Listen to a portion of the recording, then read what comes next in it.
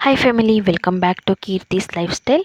ಯಾರಾದರೂ ನನ್ನ ಚಾನಲ್ನ ಹೊಸ್ದಾಗಿ ನೋಡ್ತಿದ್ರೆ ಪ್ಲೀಸ್ ಸಬ್ಸ್ಕ್ರೈಬ್ ಮಾಡಿಕೊಂಡು ವೀಡಿಯೋಸ್ ನೋಡಿ. ನೀವು ಮಾಡೋ ಒಂದು ಸಬ್ಸ್ಕ್ರೈಬಿಂದ ನನ್ನ ಚಾನಲ್ ಇನ್ನೂ ಗ್ರೋತ್ ಆಗುತ್ತೆ. ಸೊ ಮರಿದೆ ಚಾನಲ್ನ ಸಬ್ಸ್ಕ್ರೈಬ್ ಮಾಡಿಕೊಂಡು ವೀಡಿಯೋಸ್ ನೋಡಿ. ನೀವು ಮಾಡಬೇಕಾಗಿರೋದು ಇಷ್ಟೇ, ಸಬ್ಸ್ಕ್ರೈಬ್ ಮಾಡಿಕೊಂಡು ಶೇರ್ ಮಾಡಿ. ಹಾಗೆ ನಿಮ್ಮ ಫ್ರೆಂಡ್ಸ್ ಆ್ಯಂಡ್ ಫ್ಯಾಮಿಲಿಗೂ ಈ ವಿಡಿಯೋನ ಶೇರ್ ಮಾಡಿ.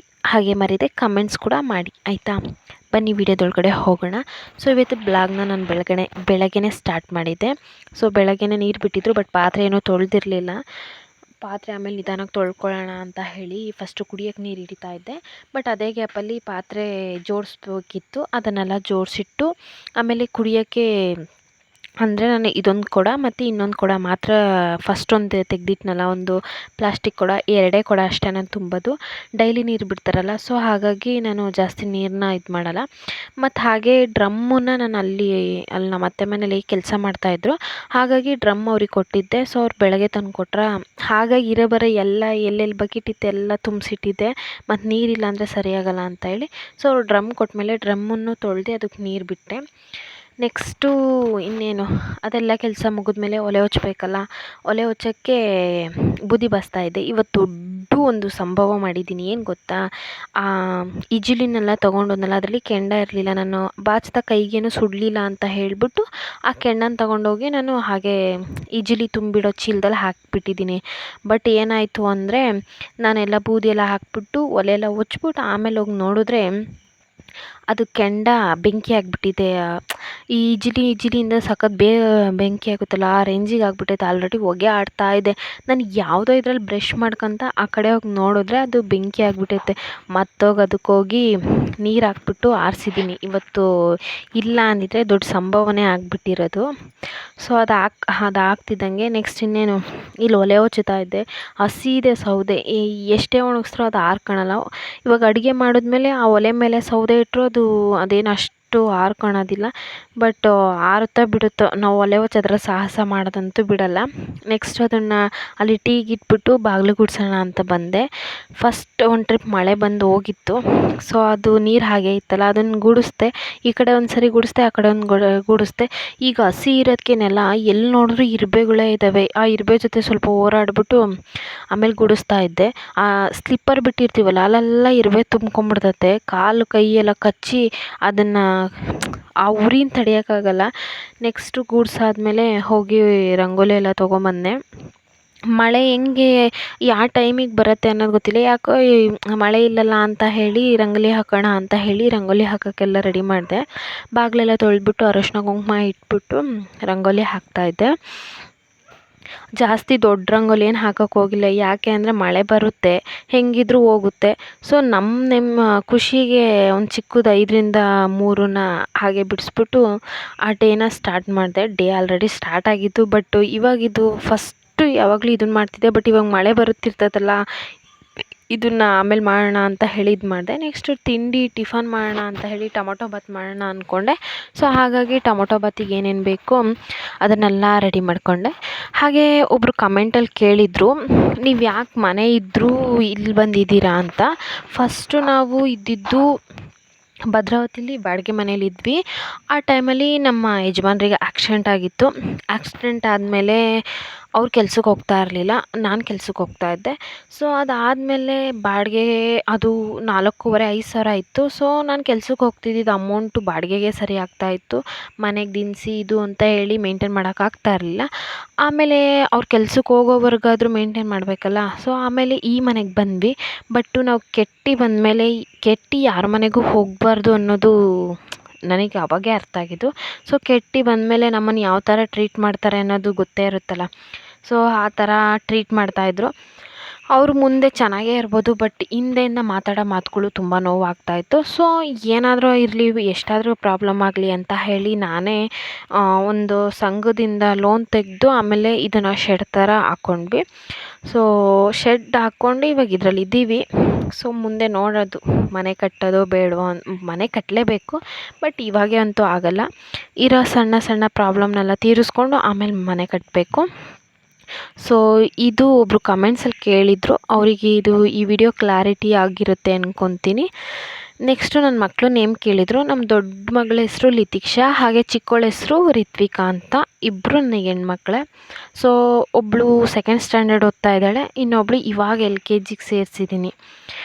ನೆಕ್ಸ್ಟ್ ತಿಂಡಿಗೆಲ್ಲ ಅದು ಟೊಮೊಟೊ ಈರುಳ್ಳಿ ಎಲ್ಲ ಹೆಚ್ಕೊಂಬಂದೆ. ನೆಕ್ಸ್ಟು ಟೀ ಅಂದರೆ ಡಿಕಾಷನ್ ಇಟ್ಟಿದೆ. ಸೊ ಡಿಕಾಷನ್ ಕುಡಿಯೋಣ ಅಂತ ಹೇಳಿ ಡಿಕಾಷನ್ ಹಾಕ್ಕೊತಾ ಇದ್ದೆ. ಇನ್ನೂ ನನ್ನ ಮಕ್ಕಳು ಎದ್ದಿರಲಿಲ್ಲ. ಅವ್ರಿಗೆ ಹೇಳ್ಸೋದೇ ಒಂದು ದೊಡ್ಡ ಇದು.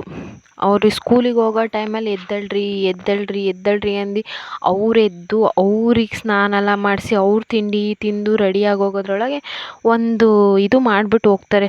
ಒಂದು ಯುದ್ಧನೇ ಮಾಡಿಬಿಟ್ಟು ಮನೆ ತಣ್ಣಗಾಗಿರುತ್ತೆ. ನೆಕ್ಸ್ಟ್ ಹೇಳಿದ್ನಲ್ಲ, ಟೀ ಎಲ್ಲ ಕುಡ್ಕೊಂಡೆ. ಆಮೇಲೆ ತಿಂಡಿ ಮಾಡೋಣ ಅಂತ ಹೇಳಿ ಎಣ್ಣೆ ಹಾಕ್ತಾಯಿದ್ದೆ ಪಾತ್ರೆಗೆ. ನೆಕ್ಸ್ಟ್ ಇನ್ನೇನೋ ಹೆಚ್ಚಿಟ್ಟಿರೋದನ್ನೆಲ್ಲ ಹಾಕಿ ಉರಿತಾ ಇದ್ದೀನಿ. ತಿಂಡಿ ಮಾಡೋದು ಬೇಗ ಮಾಡಿಬಿಡೋದು, ಮತ್ತು ಮಧ್ಯಾಹ್ನಕ್ಕೆ ಸಾಂಬಾರು ಅದು ಇದು ಅಂತ ಯೋಚನೆ ಆಗುತ್ತೆ. ಬಟ್ ಏನೂ ಮಾಡೋಂಗಿಲ್ಲ, ಮಕ್ಕಳಿಗೋಸ್ಕರ ಮಾಡಬೇಕಲ್ಲ ಅಂತೇಳಿ ಮಾಡೋದು. ಅನ್ನ ಸಾಂಬಾರೇ ಬೇಗ ಆಗಿಬಿಡೋದು ಕೆಲಸ. ಬಟ್ ತಿಂಡಿ ಮಾಡಿದ್ಮೇಲೆ ಮತ್ತು ಅನ್ನ ಸಾಂಬಾರೆಲ್ಲ ಮಾಡಬೇಕು. ಆದರೂ ಮಕ್ಕಳಿಗೋಸ್ಕರ ಏನು ಮಾಡಿದ್ರು ಏನೂ ಅನಿಸಲ್ಲಲ್ಲ. ಹಾಗಾಗಿ ಅವ್ರು ತಿಂಡಿ ಮಾಡಿದ್ರೆ ತಿಂದ್ಕೊಂಡು ಹೋಗ್ತಾರೆ. ಅನ್ನ ಸಾಂಬಾರು ಮಾಡಿದ್ರು ತಿಂದ್ಕೊಂಡು ಹೋಗ್ತಾರೆ. ಅವ್ರಿಗೆ ರೂಢಿ ಆಗಿಬಿಟ್ಟಿದೆ. ಬಟ್ ನಾನು ಯಾಕೆ ಸುಮ್ಮನೆ ಅವರಿಗೆ ಯಾವಾಗ ಹಂಗಂತೇಳಿ ನಾನು ಅನ್ನ ಸಾಂಬಾರು ಮಾಡೋದೇ ಇಲ್ಲ ಅಂತಲ್ಲ, ಮಾಡ್ತೀನಿ. ಬಟ್ ಯಾವಾಗಾದರೂ ಒಂದೊಂದು ಟೈಮ್ ತಿಂಡಿ ಮಾಡಿದೆ. ನೆಕ್ಸ್ಟ್ ಇನ್ನೇನು ಅದು ತಿಂಡಿ ಎಲ್ಲ ಆಗ್ತಿದ್ದಂಗೆ ಇಲ್ಲಿ ಪಾತ್ರೆ ತೊಳೆದಿರಲಿಲ್ಲ. ಹೇಳಿದ್ನಲ್ಲ, ಪಾತ್ರೆ ಏನೂ ತೊಳೆದಿಲ್ಲ, ಲಾಸ್ಟಿಗೆ ತೊಳ್ಕೊಳ್ಳೋಣ ಅಂತ ಹೇಳಿ ತಿಂಡಿ ಎಲ್ಲ ಮಾಡಿಬಿಟ್ಟು ಆಮೇಲೆ ಬಂದು ಪಾತ್ರೆ ತೊಳಿತಾ ಇದ್ದೆ. ಅವ್ರಿಗೆ ತಿಂಡಿ ಅದು ಬೇಯ್ತಾ ಇತ್ತು ಒಲೆಯಲ್ಲಿ. ಸೊ ಆ ಗ್ಯಾಪಲ್ಲಿ ಎಷ್ಟಾಗುತ್ತೋ ಅಷ್ಟು ಪಾತ್ರೆ ತೊಳ್ಕೊಳ್ಳೋಣ ಅಂತ ಹೇಳಿ ತೊಳಿತಾ ಇದ್ದೆ. ಈ ಮಸಿ ಪಾತ್ರೆ ತಿಕ್ಕೋದ್ರೊಳಗೆ ಸಾಕಾಗೋಗುತ್ತೆ. ಅದು ಬೆಳ್ಳಗಾಗಿಲ್ಲ ಅಂದರೆ ನಮಗೆ ಮನಸ್ಸಿಗೆ ಸಮಾಧಾನ ಆಗೋಲ್ಲ.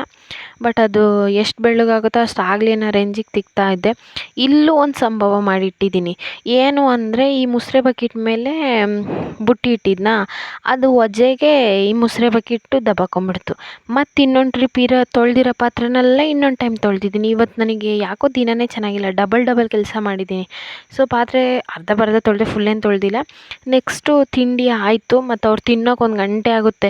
ಅವ್ರಿಗೆ ತಿನ್ನು ಅಂತಲೇ ಇರಬೇಕು. ಮತ್ತು ಚಿಕ್ಕವಳಿಗೆ ನಾನೇ ಊಟ ಮಾಡಿಸ್ತೀನಿ, ಅವಳು ತಿನ್ನೋಕೆ 1 ಗಂಟೆ ಮಾಡ್ತಾಳೆ ಅಂತೇಳಿ ಎಲ್ಲ ಕೆಲಸ ಮುಗಿದ್ಮೇಲೆ ಇನ್ನೇನು ಪಾತ್ರೆ ಎಲ್ಲ ತೊಳ್ಕೊಂಡೆ. ನೆಕ್ಸ್ಟ್ ಬಟ್ಟೆನೂ ತೊಳೆದು ಒಣಗಿಸೋಣ ಅಂತ ಹೇಳಿ ಒಣಗಿಸ್ತಾ ಇದ್ದೆ. ಇವಾಗ ಒಣಗಿಸಿರ್ತೀನ, ಇನ್ನು 1 ಅವರ್ 2 ಅವರ್ ಸ್ವಲ್ಪ ನೀರು ಇಳಿತಿದ್ದಂಗೆ ಆಗಲೇ ಮಳೆ ದಮ ಅಂತ ಬರುತ್ತೆ. ಆಮೇಲೆ ಒಳಗಡೆ ತಂದು ಹಾಕ್ತಿದ್ದಂಗೆ ಮಳೆ ಒಂದು 10 ನಿಮಿಷ ಬಂದಿರುತ್ತೆ. ಆಮೇಲೆ ಮಳೆನೇ ಇರಲ್ಲ. ಮತ್ತು ಯಾರು ತೆಗೆದು ಹೊರಗೆ ಒಣಗಿಸ್ತಾರೆ ಹೋಗು. ಅದು ನಾನು ಒಣಗಿಸ್ತಿದ್ದಂಗೆ ಮತ್ತು ಮಳೆ ಬರುತ್ತೆ. ಅದಕ್ಕೆ ಅದೆಷ್ಟು ನೀರು ಇಳಿಯುತ್ತೋ ಅಷ್ಟು ಇಳೀಲಿ ಅಂತ ಹೇಳ್ಬಿಟ್ಟು ಒಳಗಡೆನೇ ಒಳಗಡೆನೂ ದಾರ ಕಟ್ಕೊಂಡಿದ್ದೀನಿ. ಸೊ ಅದು ಎಷ್ಟು ನೀರು ಇಳಿಯುತ್ತೋ ಇಳೀಲಿ ಅಂತ ಹೇಳ್ಬಿಟ್ಟು ಹೊರಗಡೆ ಒಣಗಿಸ್ಬಿಟ್ಟು ಆಮೇಲೆ ಅದು ಮಳೆ ಬರೋಂಗಾಯ್ತು ಅಂದರೆ ಒಳಗಡೆ ತೆಗ್ದು ಹಾಕೋದು. ಡೈಲಿ ಬಟ್ಟೆ ಇದ್ದೇ ಇರುತ್ತೆ. ಅವರು ಡೈಲಿ ಒಂದು ಜೊತೆ, ಬೆಳಗ್ಗೆ ಒಂದು ಜೊತೆ, ಸಂಜೆ ಒಂದು ಜೊತೆ ಅಂತ ಹೇಳಿ ಬಿಚ್ಚಾಕ್ತಾನೆ ಇರ್ತಾರೆ. ಸೊ ಹಾಗಾಗಿ ಡೈಲಿ ಬಟ್ಟೆ ಇರುತ್ತೆ. ನಾನು ಡೈಲಿ ಒಗಿತಾನೆ ಇರುತ್ತೆ. ಇದೊಂದು ಡ್ಯೂಟಿ ಆಗಿಬಿಟ್ಟೆ, ಡೈಲಿ ಡ್ಯೂಟಿ.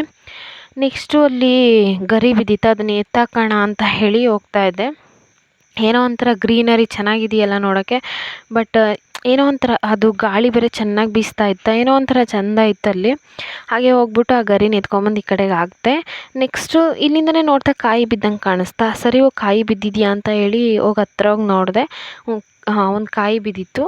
ಅದನ್ನು ತಗೊಂಡು ಹಾಗೆ ಮನೆ ಹತ್ರಕ್ಕೆ ಬಂದೆ. ಏನೋ ಒಂಥರ ಹಸ್ರು ಚೆನ್ನಾಗಿತ್ತಲ್ಲ, ಹಾಗೆ ನೋಡ್ಕೊತ ಮುಂದೆ ಬಂದೆ. ಮತ್ತು ನೆನ್ನೆ ಸಂಜೆ ಅಲ್ಲಿ ಎದುರುಗಡೆ ಆಂಟಿ ಮನೆ ಹತ್ರ ಹೋಗಿ ಒಂದು ಗುಲಾಬಿ ಗಿಡ ಹಾಗೆ ಮಲ್ಲೆ ಹೂವಿನ ಗಿಡ ಇಸ್ಕೊಂಬಂದಿದ್ದೆ. ಸೊ ಅದನ್ನು ಸಂಜೆ ಹಚ್ಚಿರಲಿಲ್ಲ. ಸರಿ ಇವಾಗೆಲ್ಲ ಕೆಲಸ ಮುಗೀತಲ್ಲ, ಇದನ್ನಾದರೂ ಮಾಡೋಣ ಅಂತ ಹೇಳಿ ಅದನ್ನು 2 ಭಾಗ ಕಟ್ ಮಾಡ್ತಾ ಇದ್ದೆ. ಸೊ ಕಟ್ ಮಾಡಿಬಿಟ್ಟು ಅದು ಹೆಂಗೋ ಅಲ್ಲ ಏನೋ ಚಪ್ಪರ ಹಾಕಿದ್ರೆ, ನಾನು ಇದಕ್ಕೆ ಅಂತ ಎಲ್ಲೋಗಿ ಚಪ್ಪರ ಹಾಕೋದು ಅಂತ ಹೇಳ್ಬಿಟ್ಟು ಅದು ಅವರೇ ಗಿಡಕ್ಕೆ ಚಪ್ಪರ ಹಾಕಿದ್ರಲ್ಲ, ಅದೇ ಗ್ಯಾಪಲ್ಲಿ ಅಲ್ಲೇ ಒಂದು ಗಿಡ ಆ ಕಡೆ ಒಂದು ಮೂಲೆಗೆ ಈ ಕಡೆ ಒಂದು ಮೂಲೆಗೆ ನೆಡೋಣ ಅಂತ ಹೇಳಿ 2 ಇದು ಕಡ್ಡಿ ಮುರ್ಕೊಟ್ಟಿದ್ರು. ಸೊ ಅಲ್ಲೊಂದು ನೆಟ್ಟಿದೆ, ಮತ್ತು ಈ ಕಡೆ ಒಂದು ಮೂಲೆಯಲ್ಲಿ ಒಂದು ಸರಿ ಅಲ್ಲೂ ನಟ್ಟೆ. ಮತ್ತು ನಾನು ಮೊದಲು ನಟ್ಟಿರೋ ಗಿಡಗಳೆಲ್ಲ ಚೆನ್ನಾಗೇ ಬಂದಿದ್ದಾವೆ. ಗುಲಾಬಿ ಗಿಡನೂ ಚಿಗುರಿದೆ, ಮತ್ತು ದುಂಡು ಮಲ್ಲಿಗೆ, ಇನ್ನೊಂದು ಅದು 7 ಸುತ್ತಿನ ಮಲ್ಲಿಗೆನ ಅದು ಚೆನ್ನಾಗಿ ಚಿಗುರಿದೆ. ನೆಕ್ಸ್ಟ್ ಗುಲಾಬಿ ಕಡ್ಡಿ ಇತ್ತಲ್ಲ, ಇಲ್ಲೊಂದು ನೆಟ್ಟಿದೆ. ಮತ್ತು ಈ ಕಡೆ ಎದುರುಗಡೆ ಮನೆ ಅದೇ ಬೆಂಡೆಕಾಯಿ ಗಿಡ ಎಲ್ಲ ಹಾಕಿದ್ನಲ್ಲ, ಅಲ್ಲೊಂದು ಗಿಡನ ನೆಟ್ಟೆ. ಸೊ ಏನೋ ಒಂಥರ ಗಾಳಿ ಜೋರಾಗಿ ಬರ್ತಿತ್ತು, ಚೆನ್ನಾಗಿತ್ತು ಒಂಥರ ಫೀಲು. ನೆಕ್ಸ್ಟ್ ಅದೆಲ್ಲ ಆಯಿತಾ, ಇಲ್ಲಿ ಹೇಳಿದ್ನಲ್ಲ ಬೆಂಡೆಕಾಯಿ ಗಿಡ ಇತ್ತು ಅಂತ, ಅದಾಗಲೇ ಇವಾಗ ಹೂವು ಬಿಡೋಕ್ಕೆ ಸ್ಟಾರ್ಟ್ ಆಗಿದೆ. So thanks for watching. Please ನನ್ನ ಚಾನಲ್ನ ಸಬ್ಸ್ಕ್ರೈಬ್ ಮಾಡಿಕೊಂಡು ವೀಡಿಯೋಸ್ನ ನೋಡಿ, ಹೀಗೆ ನನ್ನ ಚಾನಲ್ಗೆ ಸಪೋರ್ಟ್ ಮಾಡಿ ಗಾಯ್ಸ್. Thank you.